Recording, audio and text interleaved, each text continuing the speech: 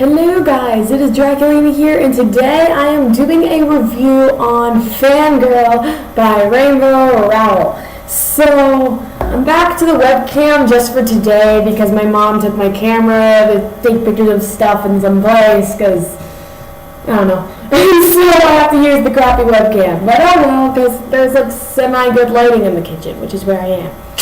So, I didn't plan at all for this review, so I don't think it's going to be very long, but I really wanted to do it because I finished Fangirl by Rowell this morning, and I have to, if The Fault in Our Stars didn't exist, it would be the best book I've ever read in my life. There was like nothing can beat The Fault in Our Stars for me, nothing. And,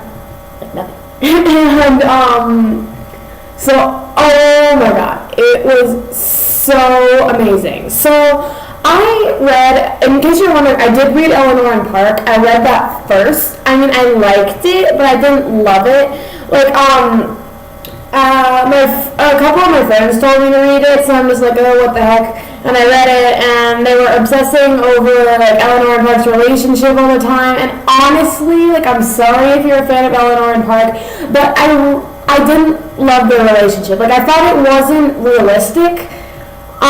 Because also, I mean, it seemed like they sort of had to get together, and I don't know, like it seemed forced, and like I said, it seemed unrealistic. It didn't seem like they really cared for each other. I don't know, maybe that was just me, but I mean, I know there are a lot of people who really like that book, and a lot of people who like think that relationship is really amazing, but I don't know, I've read lots of books and lots of fan fictions and lots of things with really, really fantastic relationships, and that was just not one of them. I don't know, it was just unrealistic in my opinion. So after reading that, I mean, okay, the ending was really sad. I will say that, but it was confusing as well. And after reading that, I was sort of hesitating about reading Fangirl because I'm like, okay, I don't want this to be another Eleanor and Park thing with a really unrealistic relationship. But then my friend read it, she really liked it. And so I was like, oh, okay, I'll read it. And oh my god, like I was obsessed. That was like Fault in Our Stars level obsessed. So I read The Fault in Our Stars in 3 hours. But it's like I read Fangirl like every possible chance I could. It was like 450 pages. So that's like, it's not really long, but it's pretty long. It's a little bit longer than a normal size book. So, and it's like obviously, so it took me like, I want to say like 3 days, but 3 days not reading nonstop. So, I don't know, 8 hours maybe. So, but oh my god, like, I could not put it down. I did the same thing with Divergent, where I was just like walking around school with a book in my face. And it was one of those. So, oh my god, it was so good, and it was so unexpected, and I cannot believe that is the same author that wrote Eleanor and Park, honestly. So if you haven't read Eleanor and Park and Fangirl, and you don't know which one to read first, read Fangirl, absolutely. Because it was so much more well written, it was so much more relatable, and it had the most amazing quotes, and oh, it was so good.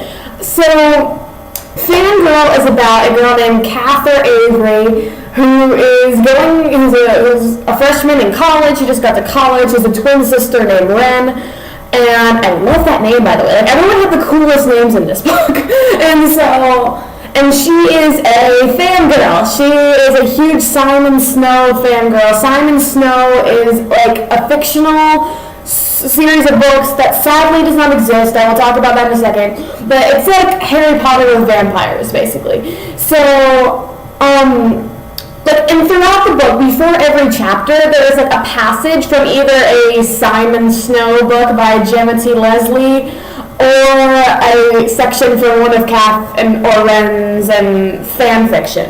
And I was reading all those things and I'm like, oh my god, this is really good. And so, because like at the end of all the ones by the official Gemma T. Leslie, it had a copyright and the year, and I looked it up, and Simon Snow doesn't exist. Like, that was a made-up series with made-up copyrights, and I thought you couldn't do that. I didn't think you could do made-up copyrights with a made-up author.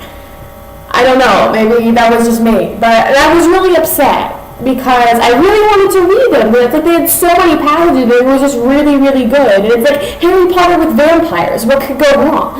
So, after further investigations, I found out that this year, Rowell is going to the main fan fiction that Kath was writing in the book, that was a Simon Snow fan fiction about Simon and Baz, which is like, I don't know what to compare this to. But so basically, the main characters in the book are Simon Snow and Basil what's-his-name, aka Baz. It's a vampire, and it's like the whole fandom of Simon Snow ships Baz and Simon together. So, Kath has this fan fiction called Carry On that has like thousands and thousands and thousands of views, and she's like the most popular Simon Snow fanfiction writer on fanfics.net and whatnot. And I was super excited because apparently Rowell is going to come out with Carry On as an actual book, so that means we're actually going to get like a Simon Snow book, which is amazing. And like, why doesn't Simon Snow exist, guys? I started to get suspicious when I had never heard of it, and there was apparently like a big fan base, and there was movies and stuff. I'm like, wait a second, and then I looked it up, and I'm like, oh, okay, it's not real. So yeah, and then, guys, okay, I want to talk about my new fictional crush, which is Levi. So honestly, like originally, I didn't fall for Levi immediately. He was just like one of like those typical I'm cute and I like you sort of guys. But then later, it's like he was like a really, really unique character. And I'm not gonna give any spoilers or anything, but like, oh no, he was such an amazing character. And I love his name, Levi. It's a really cool name.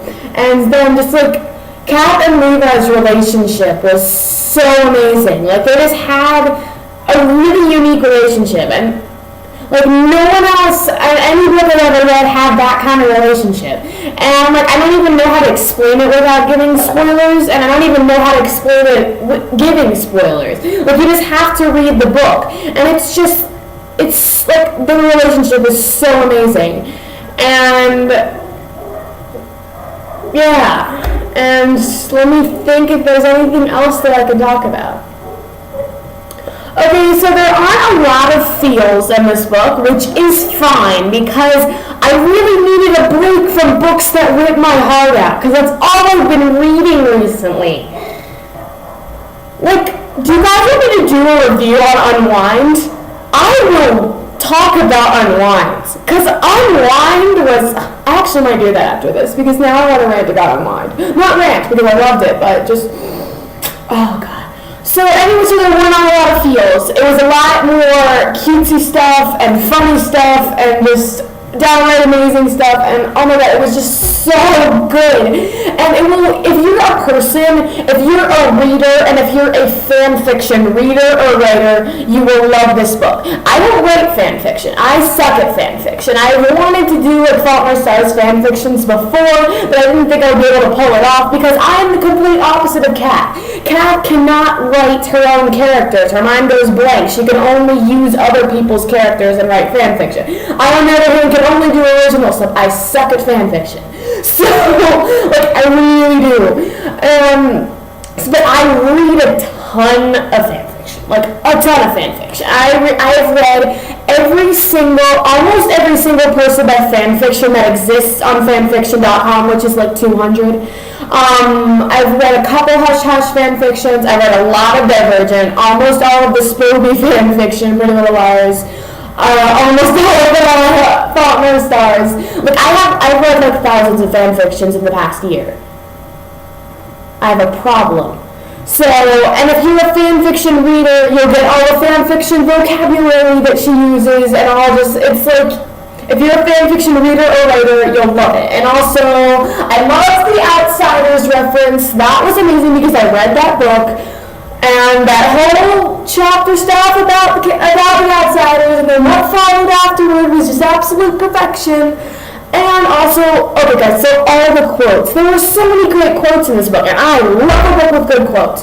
Like, I have a notebook that's like a fandom notebook where I do anything, like, I write passages from books, and then I have quote pages, and it's like, I love book quotes. I know all the main ones from the Fault in Our Stars by heart, and there's like 20 main ones. I can recite them all. It's very scary. So, that is my review on fanfiction. I'm really disappointed that the collector's edition is UK exclusive because it's beautiful. I'll insert a picture right here.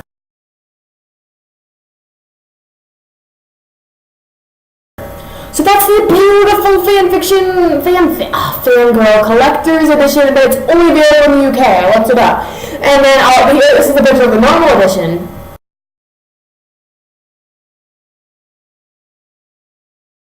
Which I still really like, because it has Simon and Baz on the cover, and then it's mint. That's cool. So, without further ado, that concludes my review of Fangirl. If you've read it, let me know down below. If you haven't, please read it, because there aren't any spoilers in this. Are there? No, there are not any spoilers in this review, I don't think. So anyways, please comment and subscribe to your friends, and I'll see you next time on Monster High MMA. Bye!